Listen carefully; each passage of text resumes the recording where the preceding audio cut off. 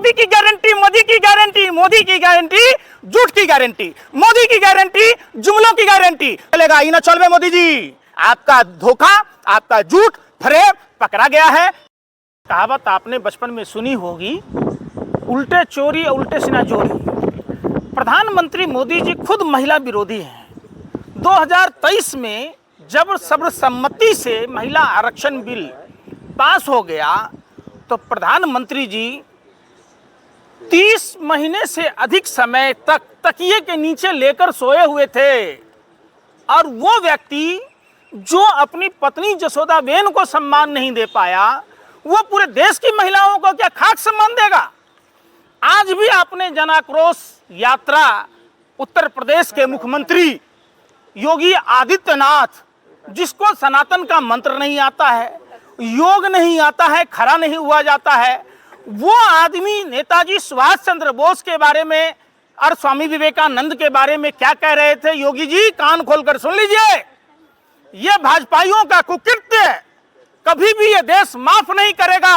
आपने बंगाल के चुनाव में कहा था कि तुम मुझे खून दो मैं तुम्हें आजादी दूंगा। ये नारा स्वामी विवेकानंद जी का नहीं, सुभाष चंद्र बोस का था।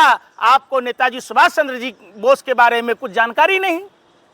और आप ही के पार्टी के नेता Tamil Nadu ex service man wing का जो चेयरमैन था पांडियन, वो एक पोस्टर जारी किया था, पूरे देश में लगाया भाजपाइयों ने कि Netaji Subhash Chandra Bose plus Swami Vivekananda equal to Narendra Modi. कहां से भैया? मुंह न कान बउआ छे रे हैं? बताओ ना मोदी जी, आप स्वामी विवेकानंद जी के पैर के धूल के बराबर नहीं हो, आप नेताजी सुभाष चंद्र बोस के चरणों के धूल के बराबर नहीं हो। आप खामखा आपका नेता कभी भगवान बना देता है, कभी सुभाष चंद्र बोस स्वामी विवेकानंद से बड़ा बना देता है। ये कुकृत्य भाजपाइयों का कभी देश बर्दाश्त नहीं करेगा। आज ही आपने जन आक्रोश यात्रा में देखा होगा, आज तक की मैं एंकर गोदी मीडिया की पत्रकार दिखा लाइव में थी। देखिए, सच तो सच होता है, झूठ तो झूठ ही होता है। सच अपने आप उजागर हो गया जब आज तक की एंकर जन आक्रोश यात्रा को कवर कर रही थी तो उन्होंने महिलाओं से पूछना शुरू किया कि ये तख्ती लेकर आप कैसे खड़े हैं। उनको यह भी नहीं मालूम था कि वो भीड़ जो किराए की भीड़ थी, उस भीड़ को यह भी नहीं पता था कि महिला आरक्षण बिल के समर्थन में है। उन महिलाओं को नहीं बताया गया।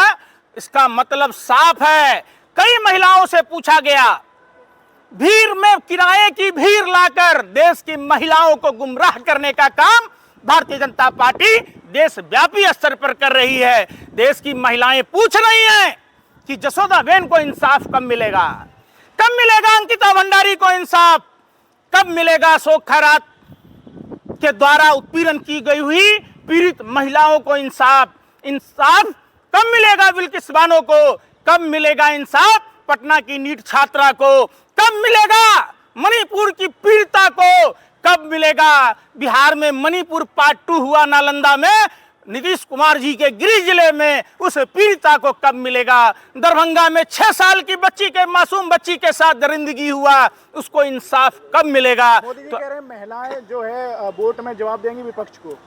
मोदी जी तो घड़ियाली आंसू बहाते हैं। सबसे पहले तो पूछिए मोदी जी से कि जिस बंगाल चुनाव में 5 साल हो गए, मोदी की गारंटी, मोदी की गारंटी, मोदी की गारंटी, झूठ की गारंटी, मोदी की गारंटी, जुमलों की गारंटी, मोदी की गारंटी, नफरत की गारंटी, मोदी की गारंटी, बंटवारे की गारंटी। आप सबको पता होगा, जिस बिहार की लक्ष्मी देवी जो कलकत्ता के बहू बाजार में रहती थी, अभी भी हैं, उनको प्रधानमंत्री ने 24 लाख बेघर लोगों को घर देने का ब्रांड एम्बेसडर बनाया था। चिराग तले अंधेरा निकला। मोदी जी का वो प्रचार झूठा प्रचार था। आज तक 5 साल हो गए, मोदी की गारंटी कहां है? लक्ष्मी देवी को मकान मिला क्या? आप सबको पता होना चाहिए, लक्ष्मी देवी उस केवट समुदाय की विधवा बहू हैं जो प्रभु श्री राम हम सब सनातनियों को भव से सागर पार कराते हैं।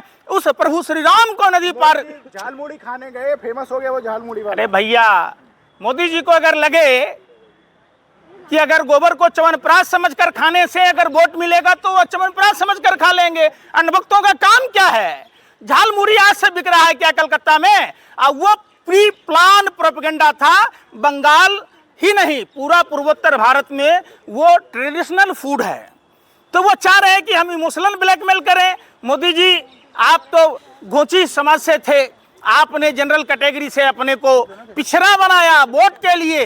पिछड़ों को आपने मैनिपुलेट करने की कोशिश की। संसद में कहा मैं अति पिछड़े समाज से आता हूँ। अरे भैया, जिस समाज से वो आते हैं वो समाज किस कैटेगरी में था आप बताओ ना।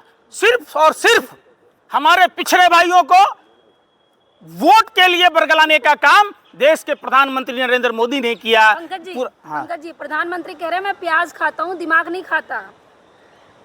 शुक्र है, नहीं तो निर्मला सीतारमन की तरह कह देते प्रधानमंत्री जी कि मैं लहसुन नहीं खाता, प्याज नहीं खाता। अरे दिमाग तो ऐसा खा रहे कि पूरा देश का दिमाग आप चाट रहे। आप बताइए ना, देश में कुछ बचा है?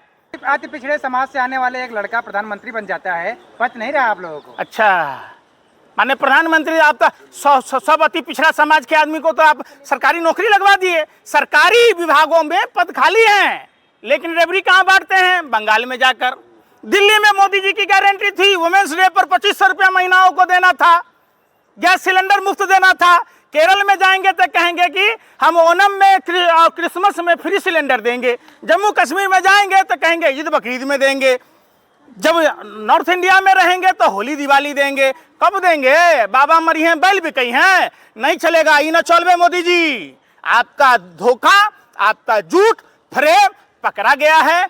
आप बुरी तरीके से हारिएगा। जितनी सीटें पिछली बार भाजपा ने बंगाल में जीता था उससे भी कम सीटें इस बार भारतीय जनता पार्टी का आएगा।